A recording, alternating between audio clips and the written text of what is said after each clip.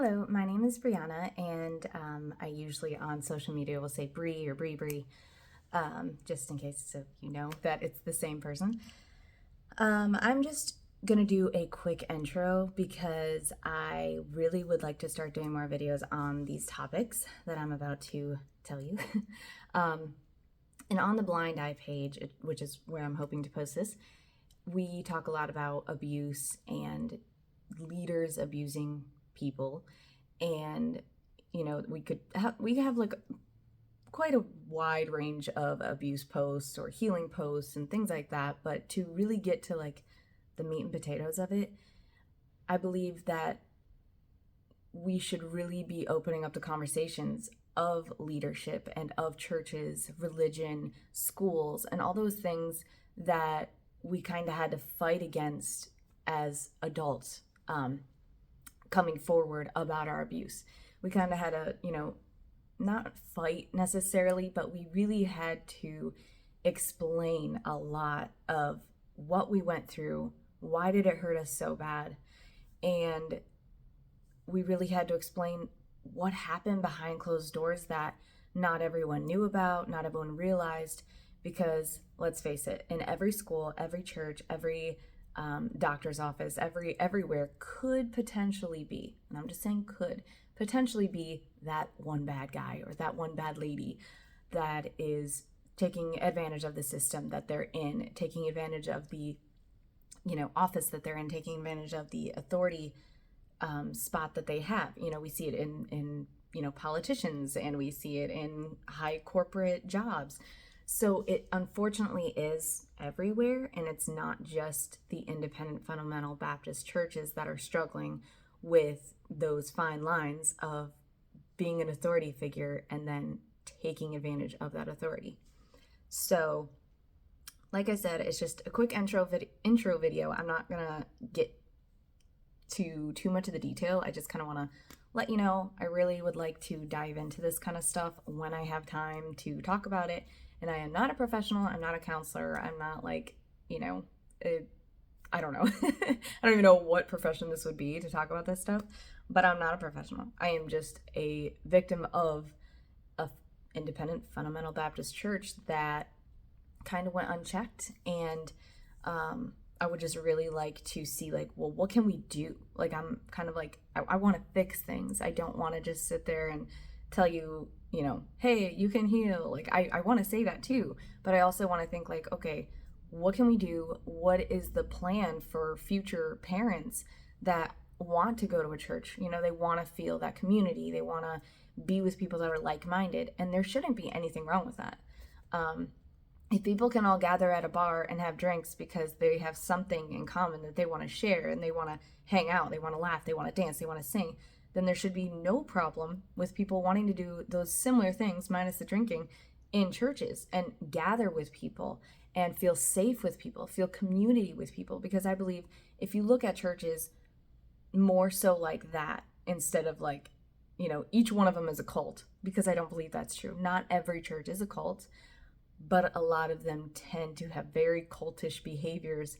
And we also should, I'm gonna write that down, maybe talk about the differences of cults versus churches, because there's definitely a difference. And it really depends on the leadership's mindsets, like, why did they start the church? What are they all about?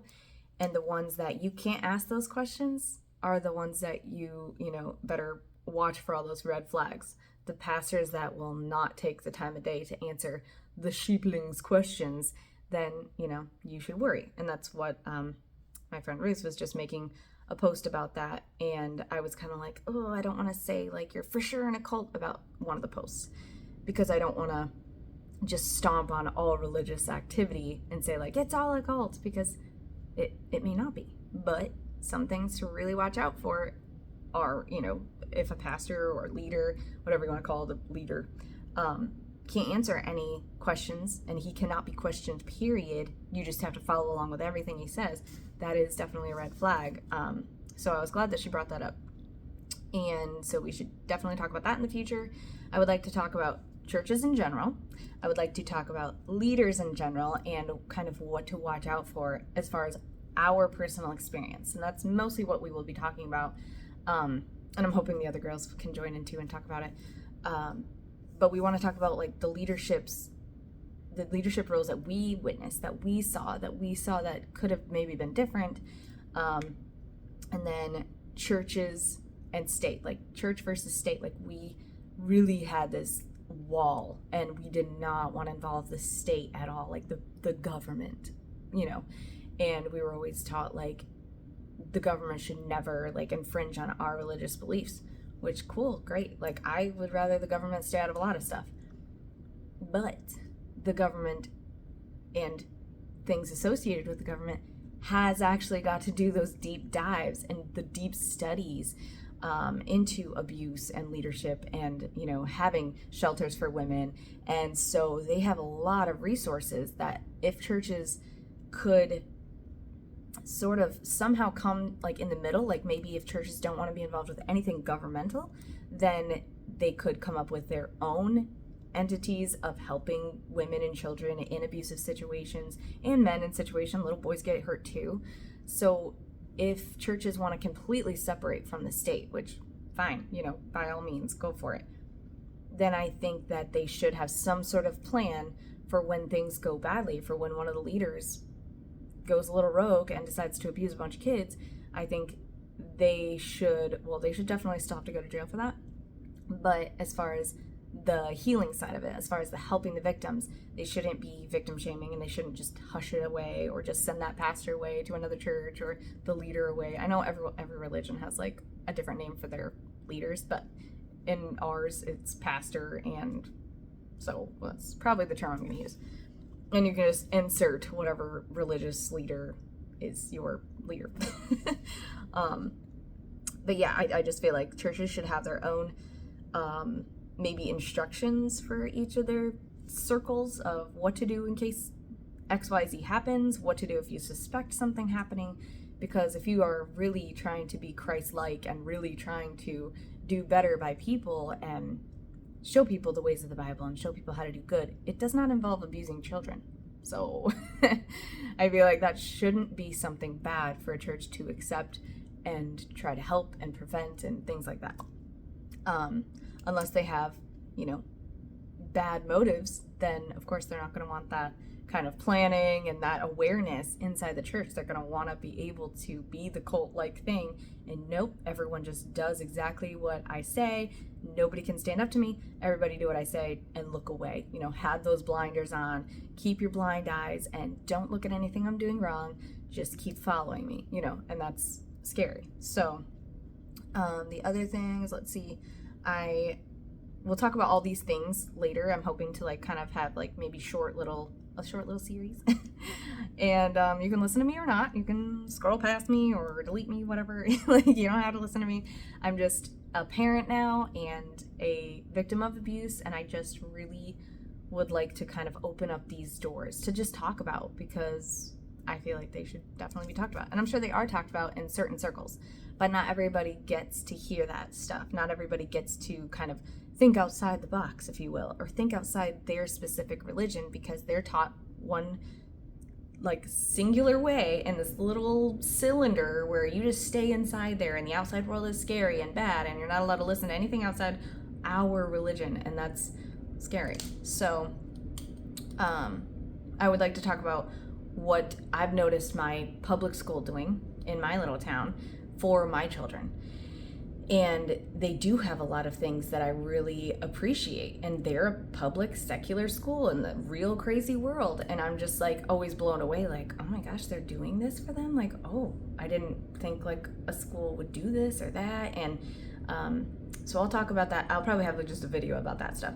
And then basically we just want to talk about what we can do physically and emotionally for our children and the next generation. If you don't have kids, cool, but if you want to be a leader in a church or school, like what are some things you could potentially do to help lessen the amount of victims that we get like every single year or hour? There's probably someone being abused like every hour. I don't really know the statistics on that, but the fact that if you knew, I said in a video that I bet if there was like 10 people in a room, you know, a certain percentage of those people would be, you know, would have been abused. And I looked, and I think it's like 1 out of every 6 girls and 1 out of every 8 or 10 boys have been abused, like, sexually. And so it's really scary. Like, that's not very good, you know, because that's a very small amount of people, and for every one of the 6 it's crazy. So it's like, what can we do about it, and what are some more preventative maintenances we could do, or what are some things we can do to be more open to when people have a complaint? And I'm not saying like, hey, we should raise a bunch of people to like constantly complain and constantly get people fired and constantly being like, you know, I don't want to do that. I'm not trying to be like, hey, let's destroy everyone's lives, because there has to be leaders, there has to be doctors, there has to be, you know, school teachers, there has to be those things. So we can't just like go and just destroy everyone just because we're all suspicious and scared. But more so just really have like a good grasp and a good mix of the real world and religious activity. I think they can go together, and they don't have to be completely separate.